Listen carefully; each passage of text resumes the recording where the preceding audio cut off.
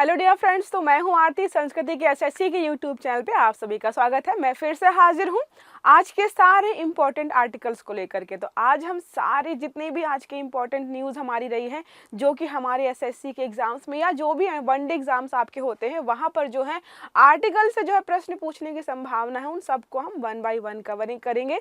देखेंगे कि पहली बार चर्चा में क्यों है, उसके साथ जो उसका बैकग्राउंड में देखते हैं। कुछ स्टैटिक पोर्शन होता है सारे टॉपिक्स का, उसको भी हम यहाँ पे कवर करते चलेंगे। तो 8 से 10 टॉपिक होने वाले हैं, सारे बहुत बहुत इंपॉर्टेंट है आपके लिए। तो बिल्कुल क्लास को लास्ट तक देखना है और अच्छे से देखना है। मैंने आपको कल समझाया था, आप चाहो तो मेरे साथ साथ जो है क्लासेस में आप शॉर्ट नोट्स बना सकते हो, ताकि जब आपको कोई पेपर हो, आपको रिवीजन करना हो तो थोड़ी आसानी हो जाए। ठीक है, तो चलिए देखिए हमारा पहला आर्टिकल क्या कहता है।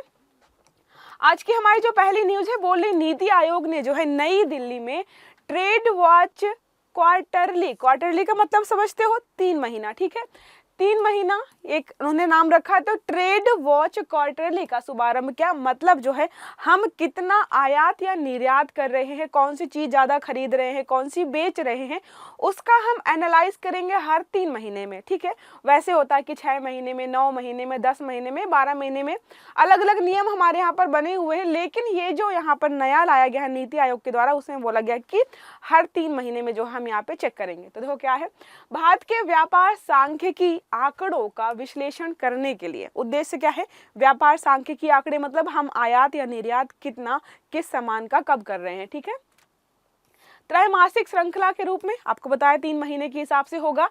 यह प्रकाशन जो है वैश्विक मांग आपूर्ति, देखो हम यहाँ पे जो है आयात निर्यात देखेंगे कि हम किस देश के साथ ज्यादा ट्रेड कर रहे हैं।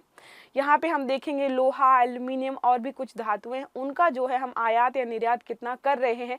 जितना कर रहे हैं वो सफिशिएंट है या हम जो है लिमिट से ज़्यादा, जो व्यापार घाटा आपने पढ़ा होगा इकोनॉमी में कि हम जब है आयात बहुत ज़्यादा कर लेते हैं किसी देश से और उसको हम बेच कुछ नहीं पा रहे हैं, इसका मतलब है कि हम व्यापार घाटे में हैं। तो हम यहाँ पे सब चीज़ों को एनालाइज करेंगे। जैसे आप जब पढ़ाई करते हो ना, तो आपका जो है रिपोर्ट कार्ड आता है, 3 महीने में परीक्षा होती है, 6 महीने में परीक्षा होती है स्कूल या कॉलेज टाइम पे। उसके बाद जो है फाइनल जो है एग्जाम्स होते हैं, उसके बाद आपका रिजल्ट आता है, पता चलता है कि आपने किस सब्जेक्ट में जो अच्छा स्कोर किया है। तो वैसे हमारी जो इकोनॉमी है ना, उसका भी यहाँ पर या व्यापार आयात निर्यात करते हैं, उसका भी यहाँ पे रिपोर्ट कार्ड बनता है, जिसमें हर 3 महीने में यहाँ पे अब जाँच होगी कि हम कितना सामान किस देश से खरीद रहे हैं और हम क्या उसको बेच पा रहे हैं कि नहीं। ठीक है, वर्ष 2024-25 रखिएगा इसको। ठीक है, वर्ष 2024-25 की पहली तिमाही जब जनवरी से स्टार्ट होगा, तो यहाँ पर क्या है 576 अरब डॉलर का यहाँ पे व्यापार दिखा रहा है या दिखाएंगे, जो साल दर साल 5.45% की वृद्धि दर्शाता है। ठीक है, या आई थिंक ये वित्त वर्ष जो है 23-24 करिएगा, क्योंकि 24-25 तो अभी चल नहीं रहा है, तो 23-24 कर सकते हैं इसको। मतलब जो हमने अभी जो वित्त वर्ष जो हमने कंप्लीट कर लिया एक फाइनेंशियल ईयर, उसमें बताया जा रहा है कि हमारी जो है व्यापार जो है 576 अरब डॉलर का किया है। हमारी जो वृद्धि एक तरीके से व्यापार में वो दर्शा रही कि 5.45 जो फीसदी की दर से हम जो है व्यापार का, जैसे कोई कंपनी सेटल हुई, स्टार्टिंग में उसने जो है बिजनेस किया 1000 करोड़ का, एक साल बाद जो है 2000 करोड़ का, तो उसकी वृद्धि दर्शाता है। तो वैसे यहाँ पर भी है। व्यापारिक निर्यात में हमने सीमित वृद्धि की है, जो है लोहा, इस्पात जैसे क्षेत्र के साथ मोती की खेती। यहाँ पे बोल रहे हैं कि आपका जो है लोहा है, और जो यहाँ पे लोहा है, इस्पात है और मोती जो होते हैं जिसकी खेती की जाती है, उसका हम निर्यात जो है सीमित मात्रा में कर रहे हैं। एक तरीके से नेगेटिव है, क्योंकि हम जो है अगर इनका उत्पादन करें तो हमें उनका निर्यात भी करना चाहिए, बेचना भी चाहिए अच्छा खासा।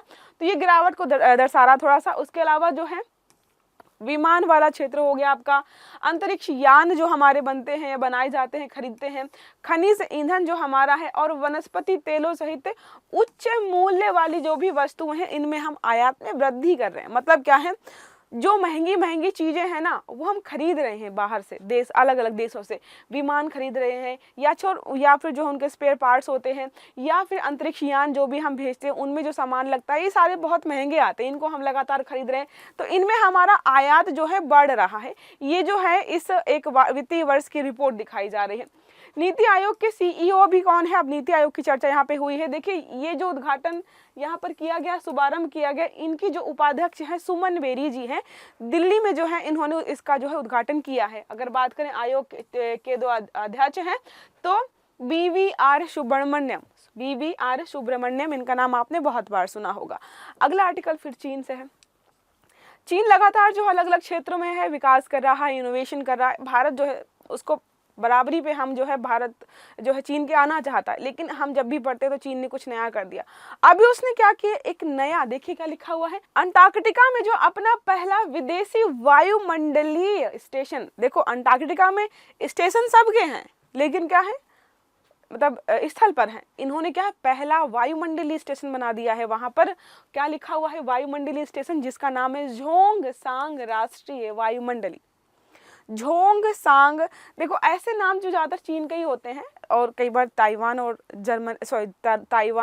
और जापान और नॉर्थ कोरिया, साउथ कोरिया के भी होते हैं, लेकिन जो है ज़्यादातर इनोवेशंस में हमें जो इन्हीं का नाम या स्पेस वाले सेक्टर में हो गया देखने को मिलता है। तो नाम क्या है, नाम याद रखिएगा, नाम पूछ सकता है, नाम है झोंगसान राष्ट्रीय वायुमंडली, स्थापित यहाँ पर किया गया है।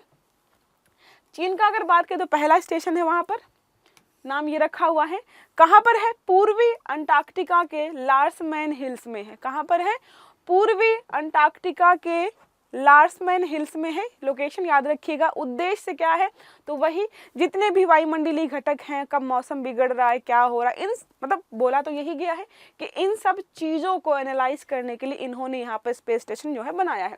तो क्या है, वायुमंडलीय घटकों के निरंतर और दीर्घकालिक अवलोकन के लिए बनाया गया है। जलवायु परिवर्तन जो हो रहा है, पर्यावरण का जो है मानव पर जो है क्या प्रभाव पड़ रहा है, इस सब के मूल्यवान डाटा को एकत्रित करने के लिए यहाँ पर बनाया गया है। लेकिन और भी लोगों का मानना है कि इस जो है स्टेशन के माध्यम से चीन जो है खनिज तत्वों और जो है नेचुरल रिसोर्सेज जो भी होते हैं उनका एक तरह से खोज कर पाएगा। हम खोजते रहते हैं ना इन चीज़ों को, वैसे तो ये सारी चीज़ों को वहाँ पे खोज करना या फिर जो भी करना सब बंद है, इलीगल है, गैर कानूनी है। फिर भी जो है अगर इसने वायुमंडलीय स्पेस स्टेशन स्थापित किया है तो इन कामों के लिए गैर कानूनी तरीके से इस्तेमाल कर सकता है। हमने पढ़ा है चीन वैसे भी बहुत कम जो है बातें या नियमों कानूनों को जो है पालन करता है। ये चीन का नवा चालू वायुमंडलीय निगरानी स्टेशन है और इसका और जो है विदेश में इसका पहला स्टेशन है। तो ऐसे वायुमंडलीय स्टेशन जो हैं ऑलरेडी उनके पास 8 हैं, लेकिन 8 जो है वो चीन की भूमि पर, मतलब चीन की जो है भूगोलिक सीमा के अंदर ही है। लेकिन जो है ये पहला स्टेशन जो है वो चीन के बाहर विदेश में कहीं स्थापित किया गया है। बात करें अंटार्कटिका में भारत के 2 सक्रिय अनुसंधान केंद्र हैं जिनके बारे में आपने पढ़ा होगा, मैत्री और कौन सा है, भारती। कभी प्रश्न पूछ लेता है कि अंटार्कटिका में निम्न में से कौन जो है भारत का सक्रिय अनुसंधान केंद्र है, जब पता होगा तो तभी तो हम यहाँ पर सही उत्तर देंगे, मैत्री और भारती। अगला आर्टिकल हमारा है अंतरराष्ट्रीय स्वयंसेवक दिवस। कई बार आर्टिकल्स जो है हेडिंग क्या बोल रही है हमें उसका सार वही समझ में आता है। नाम क्या है, स्वयंसेवक, मतलब जो है जो दूसरों की मदद करते हैं या अपनी मदद करते हैं उनके लिए यहाँ पे जो है प्रोत्साहित यहाँ पे किया जा रहा है। तो अंतरराष्ट्रीय स्वयंसेवक प्रतिवर्ष जो है दिवस जो है प्रतिवर्ष 5 दिसंबर को मनाया जाता है। तो हमने जो है आज यहाँ पर सेलिब्रेट किया है। उद्देश्य क्या है, तो पूरे दुनिया भर के जो भी स्वयंसेवक हैं उनको एक साथ लाना, सामाजिक और आर्थिक विकास में उनके जो अमूल्य योगदान, बहुत सारे स्वयंसेवक संगठन होते हैं जो लोगों की मदद करते हैं। ठीक है, अगर कभी आप डेवलपिंग कंट्रीज में या बहुत गरीब देशों में जाएंगे तो वहाँ पर जो भी अच्छे अच्छे काम होते हैं कई बार सरकार या प्राइवेट संस्थान ना करके ये स्वयंसेवक संगठन कर रहे होते हैं। तो इनको एक तरीके से प्रोत्साहित करने के लिए और देश के जितने भी बड़े बड़े स्वयंसेवक संगठन हैं वो किसी एक मंच पर आएँ, अगर कोई जो है नई नीति निर्धारित करना चाहते हैं तो उसको लेकर के आगे बढ़ें। इसलिए इसको हम हर बार जो है 5 दिसंबर को सेलिब्रेट करते हैं। क्यों सेलिब्रेट करते हैं इसका इतिहास भी देखेंगे। अंतरराष्ट्रीय स्वयंसेवक दिवस जो है 2024 का विषय, जब भी हम कोई डे सेलिब्रेट करते हैं उसकी थीम होती है। इसकी थीम क्या है, विविध स्वयंसेवक मजबूत समुदाय। जितने अलग अलग स्वयंसेवक होंगे समुदाय उनका उतना ही मजबूत होगा। सतत विकास के लिए समावेशिता और अंतर पीढ़ीगत सहयोग पर जोर। इनका ये मानना है कि जो भी हमारे स्वयंसेवक संघ होते हैं वो पीढ़ियों के बीच के गैप को जो है थोड़ा सा कम करते हैं। मान लो किसी अनाथ आश्रम में जो है उन्होंने अनाथ आश्रम स्थापित कर रखा किसी स्वयं सेवक संगठन ने, वहाँ पे जो आपने देखा हो कई बार मूवीज़ में बच्चे मिलने जाते हैं, बच्चे खेलने जाते हैं, ताकि बच्चों को, जिन बच्चों के पास दादा दादी नहीं होते हैं, उनको उनकी कमी महसूस ना हो। और जो भी लोग वहाँ पे वृद्धाश्रम में रह रहे हैं, अगर उनके कभी पोता पोती थे और किसी भी कारणवश उनको घर से निकाला गया, तो वो उन पोता पोती को जो मतलब मिलने की जो खुशी होती है वो दूसरे बच्चों से जब तरीके से फील कर पाए। तो इससे बोला जा रहा है कि पीढ़ियों के बीच जो गैप होता है उसको भी कम करने का यहाँ पे प्रयास किया गया है, प्रयास किया जाता है। अगर बात करें इसकी तो बहुत पुराना संगठन है। संयुक्त राष्ट्र महासभा ने 17 दिसंबर 1985 को ये तय किया था कि हम जो है अंतर्राष्ट्रीय स्वयं सेवक दिवस सेलिब्रेट करेंगे। तो कब सेलिब्रेट करेंगे? 5 दिसंबर को जो है ये तिथि जो है तय की गई थी 17 दिसंबर 1985 को, कि हम जो है आज तय करते हैं कि अगले साल से जो है हम हर बार 5 दिसंबर को डे सेलिब्रेट करेंगे। 1997 से 2001 के बीच का जो समय है उसको बोला जाता है अंतर्राष्ट्रीय स्वयं सेवक वर्ष। कभी पूछ ले कि अंतर्राष्ट्रीय स्वयं सेवक वर्ष क्या है, किस समय से किस समय के बीच को यहाँ पे रखा गया है, तो 1997 से लेकर के 2001 के बीच की समय सीमा। अगला आर्टिकल हमारा है, केंद्र सरकार ने निष्पक्ष व्यापार एक पोर्टल लॉन्च किया है। निष्पक्ष व्यापार और उपभोक्ता संरक्षण के लिए जो है ई मैप पोर्टल लॉन्च किया है। देखो अगर कुछ समझना हो तो ई मैप को कर लेना ई माप, ठीक है। वैसे ई मैप ही है ये। ई माप मतलब तौलने वगैरह के लिए जो है चीज़ें यूज़ की जाती है। तो तौलना कहाँ होता है, किसी चीज़ को नापना कहाँ होता है, मापना कहाँ होता है, व्यापार में। तो यहाँ पे जो सरकार चाहती है कि जो व्यापार कर रहा है वो भी अच्छे से कर पाए, उससे फ़ायदा हो, नुकसान ना हो, और जो भी यहाँ पे खरीदार है, उपभोक्ता है, उसके साथ भी धोखाधड़ी या किसी भी तरीके की एक तरीके से फ्रॉड ना किया जाए उसके साथ, ठीक है। तो इसके लिए यहाँ पे लॉन्च किया गया है कौन सा पोर्टल जो है ई मैप। किसने लॉन्च किया? केंद्र सरकार ने। राष्ट्रीय विधिक माप विज्ञान पोर्टल, इसको जो है आप शॉर्ट में जो पूरा फुल फॉर्म इसका है राष्ट्रीय विधिक माप विज्ञान पोर्टल। ओके, याद रखिएगा। उद्देश्य क्या है? विभिन्न राज्य स्तरीय, इसका उद्देश्य ये है कि अलग अलग राज्यों में जो अलग अलग माप के पैमाने हैं, माप की विधियां, उनको इंटीग्रेट किया जाए और एक माप का पैमाना या विधि बनाई जाए, ताकि जो है व्यापार करना थोड़ा सा इजी हो जाए। इसका अगर उदाहरण समझाऊं तो मान लो कि हमारे भारत में हर राज्य में जो है व्यापार करने के लिए अलग अलग तरीके, कहीं पैसा ले रहे हैं, कहीं कोई सामान ले रहे हैं, कहीं कुछ और चीज़ लेते हैं। तो क्या होगा, एक राज्य के सामान को दूसरे राज्य में व्यापार करना होगा, मतलब सामान को बेचना खरीदना होगा, तो थोड़ा इश्यू हो जाएगा। तो चाहते हैं कि हर राज्य में जो है माप की प्रणाली जो हो एक ही अपनाई जाए। तो विभिन्न राज्य स्तरीय माप पद्धति प्रणालियों को एकीकृत करके राष्ट्रीय ढांचे के जो है अंतर्गत जो है एकीकृत करके लाइसेंस जारी करने, सत्यापन करने, अनुपालन करने, मतलब जहां पर भी अब लाइसेंस जारी करने का यूपी में कुछ और नियम है, एमपी में कुछ और नियम है, राजस्थान में कुछ और नियम है। किसी चीज़ को जारी करना है तो क्या है, यूपी वाले को पता ही नहीं है कि एमपी वाले में कैसे जो है बड़े व्यापार कैसे करना है, यहाँ की राज्य सरकारों के क्या नियम कानून है। तो उन्होंने बोला है कि व्यापार को हमें अगर और सुदृढ़ अच्छा बनाना है तो थोड़े से नियम कानून इंटीग्रेट करके राष्ट्रीय स्तर के नियम कानून बनाने होंगे, ठीक है। मंत्रालय कौन सा है? भारत सरकार का उपभोक्ता जो है मामले विभाग यहाँ पे शामिल है। ई मैप के माध्यम से क्या होगा, व्यवसाय, उद्योग, ऑनलाइन कानूनी माप विज्ञान अनुमोदन, लाइसेंस जारी करना, पंजीकरण प्रमाण पत्र के लिए सहजता से आप आवेदन कर पाएंगे और प्राप्त भी कर पाएंगे, ठीक है। सब चीज़ें जो है एक ही जगह मिल जाएंगी, इसलिए जो है सुविधाजनक हो जाएगा, व्यापारियों के लिए भी, उपभोक्ताओं के लिए भी, दोनों के लिए यहाँ पे सुविधाएं हो जाएंगी, ठीक है। अगला आर्टिकल हमारा है कर्मचारी राज्य बीमा निगम। याद रखिएगा इस संस्थान को, कर्मचारी जो है राज्य बीमा निगम गैर सरकारी संगठन है और गैर लाभकारी भी है, ठीक है। तो कर्मचारी राज्य बीमा निगम को उत्कृष्टता प्रमाण पत्र यहाँ पे 4 दिए गए हैं। जो बीमा कंपनियां होती हैं अलग अलग, ठीक है, तो कई बार बीमा कंपनियों को तो टारगेट होता है कि लोगों को पागल बनाओ और बीमा करा लो, लेकिन बीमा के अपने आप में बहुत फ़ायदे हैं। आप जो है स्वास्थ्य से संबंधित बीमा कराते हो और भी अन्य अलग अलग प्रकार के बीमा होते हैं। तो इस जो बीमा कंपनी या बीमा निगम है ना, उसने अपने आप में बहुत अच्छा काम किया है। जो अंतर्राष्ट्रीय स्तर पर नियम कानून बनाए गए हैं या फिर जो है नए नए इनोवेशंस के माध्यम से लोगों को बीमा कराने के लिए प्रोत्साहित किया जाता है, इन्होंने बहुत अच्छे से किया है। तो इनको जो है 4 यहाँ पे उत्कृष्टता प्रमाण पत्र दिए गए हैं। अब किसके द्वारा दिए गए देखते हैं।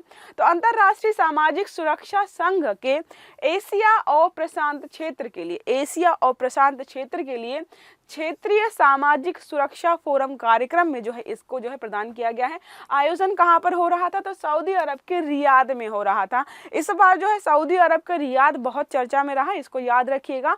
कौन कौन सी समिट और कौन कौन से यहाँ पे कार्यक्रम का आयोजन किया गया है। क्यों है, तो सामाजिक सुरक्षा लाभों, आपका जो भी पेंशन वगैरह होती है या फिर जो है एफडी वगैरह कराते हो या बीमा कंपनियों से बीमा लेते हो, वो सब आपकी सामाजिक सुरक्षा के लिए होते हैं, ठीक है। तो सामाजिक सुरक्षा लाभों की विभिन्न विधाओं पर अपनी सेवा प्रदान करने में उत्कृष्टता के लिए। अब देखो, पहले होता था कि भाई सरकार ही सिर्फ आपको पेंशन देती है, लेकिन अगर आप जो है एनालाइज करेंगे तो बहुत सारी चीज़ें मार्केट में ऐसी हैं जो आपको पेंशन जैसी ही लगती हैं, पेंशन जैसी सुविधा देती हैं।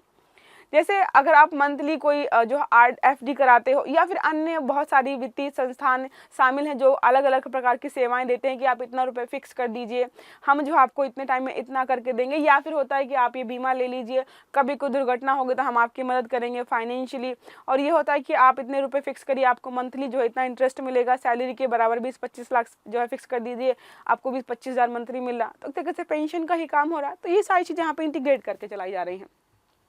अंतरराष्ट्रीय सामाजिक सुरक्षा संघ के बारे में बात करें, जिसने आयोजन किया है और जिसने जो यहाँ पे अवार्ड्स या एक तरीके से यहाँ पे प्रमाण पत्र दिए इनको, तो 1927 में इसकी स्थापना हुई है। जिनेवा स्थित अंतरराष्ट्रीय श्रम संगठन, श्रम संगठन जो हमारा है, अंतरराष्ट्रीय लेबर, इंटरनेशनल लेबर ऑर्गेनाइजेशन जो है जर्मनी में, कहाँ पर जिनेवा में जो अवस्थित है या स्थित है, उसके तत्वाधान में यहाँ पर किया जा रहा है। सामाजिक सुरक्षा संगठनों, साथ में सरकारों और सामाजिक सुरक्षा विभागों के लिए प्रमुख अंतरराष्ट्रीय संगठन है ये, ठीक है।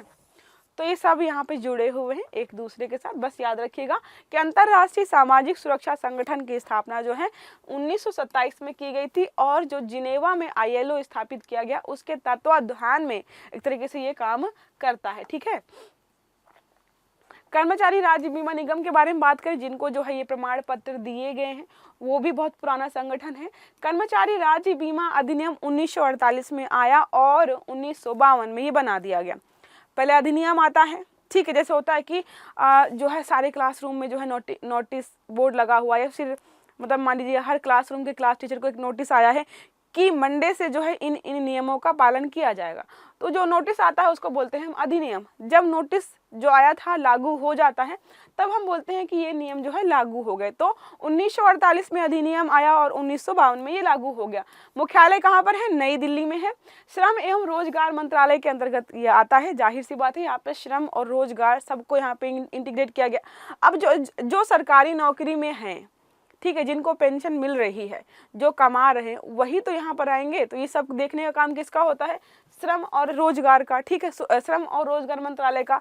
जो आप जो वीडियो देख रहे हैं, बहुत सारे लोग जो है बच्चे हैं यहाँ पर, अब वो जॉब पे नहीं है, उनके लिए इसका क्या काम है? कोई काम है इसका? नहीं ना, इसलिए, ठीक है। कर्मचारी राज्य बीमा योजना का संचालन यहाँ पे किया जाता है, ठीक है। ये है, देखो, ये जो है प्रमाण पत्र दिया जा रहा है, याद रखिएगा। अगला आर्टिकल हमारा है चंडीगढ़ में 3 क्रिमिनल कानून जो अभी जुलाई 2024 में आए थे, आपने पढ़ा होगा। कुछ के नाम में बदलाव किया गया, कुछ में नए कानून ऐड किए गए। 3 क्रिमिनल कानून, जो क्रिमिनल लॉ जो हमारे यहाँ पर हैं, उनमें कुछ नए कानून ऐड किए गए, कुछ में पुराने कानूनों को हटा दिया गया। किसी का नाम तो सबका बदल दिया उन्होंने, नाम तीनों को बदल दिया गया है। तो उनको पूरी तरीके से लागू करने वाला भारत का पहला केंद्र शासित प्रदेश या राज्य कौन सा बना है? चंडीगढ़ बना है। तो हम यहाँ पे देखेंगे कि इसने कैसे लागू किया है और थोड़ा सा रिवीजन कर लेंगे कि हमारे यहाँ पर कौन कौन से नियम कानून बनाए गए हैं। तो लागू करने वाला देश का पहला राज्य और केंद्र शासित है। तो इसको याद रखिएगा, प्रश्न यहाँ से पक्का पूछेगा। हो सकता है कि राज्य के बारे में पूछ ले या फिर जो है कानूनों के बारे में पूछ ले। 1 जुलाई 2024 से पूरे देश में नए आपराधिक कानून यहाँ पर लाए गए थे, जिसमें जो अमित शाह जी ने कहा था कि हमारे आपराधिक जो नियम कानून है वो लोगों को सुधारने के लिए होने चाहिए, ना कि दंड देने के लिए। इन्होंने इसलिए देखिए कई जगह नामों में बदलाव भी किया है। भारतीय दंड संहिता 1860 के स्थान पर भारतीय न्याय संहिता 2023। देखिए नाम क्या है यहाँ पर, दंड संहिता। मतलब क्या है, हम दंड देंगे जो भी यहाँ पर जो है व्यक्ति आरोपी है। तो उन्होंने बोला कि हमें आरोपियों को दंड नहीं देना है, उनको सिखाना है, शिक्षित करना है, सुधारना है। तो हम यहाँ पे दंड नहीं देंगे, हम यहाँ पे न्याय करेंगे। ठीक है, दंड प्रक्रिया संहिता 1973 का उन्होंने बोल दिया भारतीय नागरिक सुरक्षा संहिता, ऐसे याद रखना है। ठीक है, पुराने में याद रखना है कि पुराने नियम कानून थे बिल्कुल दंड देने के लिए कि इसको फांसी पे चढ़ा देंगे, उम्र कैद दे देंगे। अब में किया गया कि हमें लोगों को सुधारना है। दूसरा देखो क्या लिखा है, दंड प्रक्रिया संहिता, किसी को दंड देने की प्रक्रिया क्या है उसकी संहिता है 1973 की, इन्होंने बदल दिया, बोला कि भारतीय नागरिकों की सुरक्षा संहिता यहाँ पर। ठीक है, 2023 भारतीय साक्ष्य अधिनियम जुलाई जो है 2024 में ये सारे लागू मतलब नए आए हैं। ठीक है, भारतीय साक्ष्य अधिनियम 1872 जिसमें सारे सबूत लाने होते हैं के स्थान पर है भारतीय साक्ष्य अधिनियम 2023। इसको जो है बस जो है 1872 की जगह 2023 कर दिया गया है। तो इसमें नाम में बदलाव नहीं किया गया, साल में बदलाव किया गया बस, क्योंकि नया है। बाकी दोनों में बदलाव कर दिया गया, पहले में दंड की जगह कर दिया गया है न्याय संहिता, और दूसरे में जो है दंड प्रक्रिया की जगह कर दिया गया है नागरिक सुरक्षा संहिता। ठीक है, इतना समझ में आ गया। कानूनों के कार्यान्वयन के लिए 4 एप्लीकेशन है। न्याय सेतु, सेतु का मतलब क्या होता है, एक तरीके से पुल जोड़ने वाला। तो ये सारी चीज़ों को जोड़ने के लिए काम करता है कि जो है पुलिस को जोड़ दे, जजेस को जोड़ दे, मतलब पुलिस को या पुलिस विभाग को जो है फॉरेंसिक लैब से जोड़ दे, जो है कार्यपालिका न्यायपालिका सारे आपस में यहाँ पे जुड़े होंगे। श्रुति मतलब क्या है, सुनना। तो यहाँ पर श्रुति मतलब होता है सुनना। तो जो भी कोर्ट वगैरह में हियरिंग्स वगैरह होंगी वो यहाँ पर जो है ऑनलाइन पोर्टल के माध्यम से सुनी समझी जा सकती हैं, या जो है सुनवाई जो ऑनलाइन भी हो सकती है। तो श्रुति का मतलब समझिएगा सुनने से। साक्ष्य का मतलब क्या है, अब पहले आपने मूवीज वगैरह देखी होंगी, पता चलता है पुलिस जो है वो जा रही है, फॉरेंसिक डिपार्टमेंट 4 किलोमीटर दूर है, यहाँ से जो है गाड़ी लेकर गई, तब तक वहाँ से जो है सबूत गायब। आपने देखा है कि बता दिए कि भाई यहाँ से पुलिस निकल रही है, आधे घंटे में पहुँच जाएगी, वहाँ सबूत गायब। तो ये ना हो तो क्या है, ई साक्ष्य की ऑनलाइन ही अपलोड कर दो, तुरंत हम यहीं से देख लेंगे। ठीक है, तो ई साक्ष्य मतलब सारे सबूत जो है एक जगह वीडियो फोटोग्राफ के माध्यम से सब यहीं पे मिलेंगे। ई समन मतलब है कि आपने सुना होगा किसी अपराधी को या किसी व्यक्ति को समन आता है कि भाई हाई कोर्ट से, सुप्रीम कोर्ट से, यहाँ कई डिस्ट्रिक्ट कोर्ट से समन आया है, तो घर पे जो है डिलीवर होता है। तो यहाँ पर डिलीवरी नहीं होगी, समन किसी विभाग को जाना होगा, किसी व्यक्ति को जाना, वो ऑनलाइन जो है ऑनलाइन समन भेजा जाएगा। ठीक है, इसमें समझ में आ गया यहाँ तक। नेक्स्ट हमारा आर्टिकल है अपशिष्ट से मूल्य पर नवा अंतरराष्ट्रीय सम्मेलन। तो अपशिष्ट तो हमारे पास है ही, बहुत सारा कचरा इकट्ठा हो गया है, तो लोग या बहुत संस्थान बहुत सारे कोशिश करें कि इसको हम जो है क्या है मूल्यवान बना दें। जैसे आप देखते हो कि प्लास्टिक वगैरह जो भी है उन बॉटल्स को क्रश करके जो है मतलब दरवाजे बनाए जा रहे हैं, टेबल्स बनाए जा रहे हैं, रोड में इस्तेमाल की जा रही है बहुत सारी चीज़ें। जो है ईंट के जो भट्ठे होते हैं उसको जो राख निकलती है उससे जो है रोड में लगने वाली जो है ईंटें बनाई जाए। तो क्या किया जा रहा है, जो भी अपशिष्ट से है उसको हम मूल्य में बदलने का प्रयास कर रहे हैं, क्योंकि भाई कचरे से तो निपटना पड़ेगा, तो इसके लिए बहुत सारी चीज़ें हैं। तो यहाँ पे नवा अंतर्राष्ट्रीय सम्मेलन किया गया है, तो भारतीय उद्योग परिसंघ यहाँ पर शामिल हुआ है। ठीक है, अपशिष्ट चुनौतियों से निपटने के लिए नवाचार पर केंद्रित, मतलब जितना भी कचरा है उससे निपटने के लिए हमें नई नई तकनीकों को लागू करना पड़ेगा, तो इसके लिए यहाँ पे केंद्रित है ये। इसमें भारत सरकार द्वारा शुरू की गई विभिन्न नीतियों पर भी चर्चा की। तो भारत सरकार ने बहुत सारी नीतियाँ लाई हैं कि कचरा प्रबंधन अधिनियम जो है, ई वेस्ट अधिनियम, अलग अलग बहुत सारे नियम कानून पड़े हैं, सबको यहाँ पे शामिल किया गया है। प्लास्टिक अपशिष्ट प्रबंधन नियम लेकर आए हैं हम। निर्माण और विध्वंसक अपशिष्ट प्रबंधन नियम के आपने कोई चीज़ मतलब होता है ना कि प्लास्टिक की बॉटल्स हैं, टायर्स वगैरह हैं, कुछ लोग जला देते हैं, तो प्रबंधन कैसे करना है उनको नष्ट कैसे करना है, उसकी प्रक्रिया का पालन किया जाए। और प्लास्टिक अपशिष्ट प्रबंधन आप सुनते रहे कई बार जो है आते हैं कि ये जो है इतनी मोटी प्लास्टिक नहीं बिकेगी या इतनी पतली प्लास्टिक बिकेगी, सब जो है इसी के अंतर्गत आता है। ई वेस्ट जो होता है हमारा, इलेक्ट्रॉनिक वेस्ट जो हमारा होता है, मोबाइल फ़ोन टैबलेट्स जो हैं, जब ये वेस्ट हो जाते हैं, बर्बाद हो जाते हैं, तो ये बहुत ज़्यादा अपने आप में खतरनाक होते हैं। उनको जो है कैसे मैनेज करना है। साथ में क्या है, मोटर वाहन स्क्रैप नीति। जो मोटर वाहन है, अब जो है 50 साल पुरानी गाड़ी है, कई बार देखते हैं हम कहीं पे खड़ी है सालों से खड़ी हुई, वहीं जंग लग रही है, खराब हो रही है, तो उनका प्रबंधन सरकार को कैसे करना है, इन सब से संबंधित है। राष्ट्रीय चक्रीय अर्थव्यवस्था रूपरेखा NCEP एफ। चक्रीय अर्थव्यवस्था क्या होती है? चक्रीय अर्थव्यवस्था है कि कोई सामान बनाया गया अगर, तो हम उसको कितना रीयूज कर पा रहे हैं। ऐसा तो नहीं कि वो वेस्ट हो जा रहा है। जैसे मोबाइल फोन्स हैं, एक बार यूज होने के बाद ये वेस्ट हो जाते हैं। कई जगह जो है इनका इस्तेमाल किया जाता है कि इनके कुछ पार्ट्स, जैसे मोबाइल फ़ोन ख़राब हो गए तो पूरा तो ख़राब नहीं होता है, कुछ पार्ट जो है मोबाइल के तब भी ऐसे होते हैं जो दूसरे मोबाइल में इस्तेमाल किए जा सकते हैं। अब प्लास्टिक के देखिए, प्लास्टिक की बॉटल्स वगैरह होगी तो उनका जो इस्तेमाल जो अलग अलग स्थानों पे टेबल चेयर पता नहीं क्या क्या बनाने में किया जा रहा है, तो रीयूज़ किया जा रहा है। तो यहाँ पे चक्रीय अर्थव्यवस्था का मतलब है कि कोई भी प्रोडक्ट किसी भी अर्थव्यवस्था या फिर किसी भी देश में बन रहा है तो उस प्रोडक्ट को क्या रिसाइकिल करके उसको दोबारा इस्तेमाल कर पा रहे हैं कि नहीं कर पाए। तो चक्रीय अर्थव्यवस्था यही होती है। ठीक है, दूसरे संस्करण का यहाँ पे विमोचन किया गया, अनावरण जिन्होंने किया है मसूद मलिक और भूपेंद्र यादव जी ने किया है। ठीक है, भूपेंद्र यादव जी बहुत चर्चा में अभी थे। बताइएगा आप मुझे किस मंत्रालय में या किस पद पर है, कौन है? भूपेंद्र यादव ने चक्रीय सिद्धांतों को अपनाने के लिए यहाँ पर कहा गया है कि चक्रीय सिद्धांतों को अपनाना चाहिए। ठीक है, अब CII के बारे में कॉन्फेडरेशन ऑफ इंडियन इंडस्ट्री जो है उसके बारे में देख लेते हैं। गैर सरकारी गैर लाभकारी संगठन है, विभिन्न क्षेत्रों और उद्योगों के हितों का प्रतिनिधित्व करता है। 1895 में स्थापना हुई है, मुख्यालय कहाँ पर है? नई दिल्ली में है। ओके, अगला आर्टिकल हमारा है प्रोबा 3 मिशन। अब अलग अलग मिशन हम पढ़ते रहते हैं तो ये नया मिशन है, तो इसके बारे में देखें क्या है। प्रोबा 3 मिशन जो है सतीश धवन अंतरिक्ष जो स्टेशन या केंद्र है वहां से इसको लॉन्च किया गया है PSLV C-59 रॉकेट के द्वारा। PSLV जो है PSLV C-59 जो है 59 रॉकेट के द्वारा इसको लॉन्च किया गया है। ठीक है, PSLV का फुल फॉर्म होता है पोलर सैटेलाइट लॉन्च व्हीकल। याद रखिएगा, ये यूरोपीय अंतरिक्ष एजेंसी के प्रोबा 3 मिशन के 2 उपग्रहों को ले जाएगा, कोरोनाग्राफ स्पेसक्राफ्ट और अक्यूल्टर स्पेसक्राफ्ट। देखो याद रखना है कि ये जो प्रोबा 3 मिशन है हमारा मिशन नहीं है। ठीक है, इसमें जो रॉकेट लॉन्च किए जा रहे हैं हमारे नहीं हैं, वो क्या है?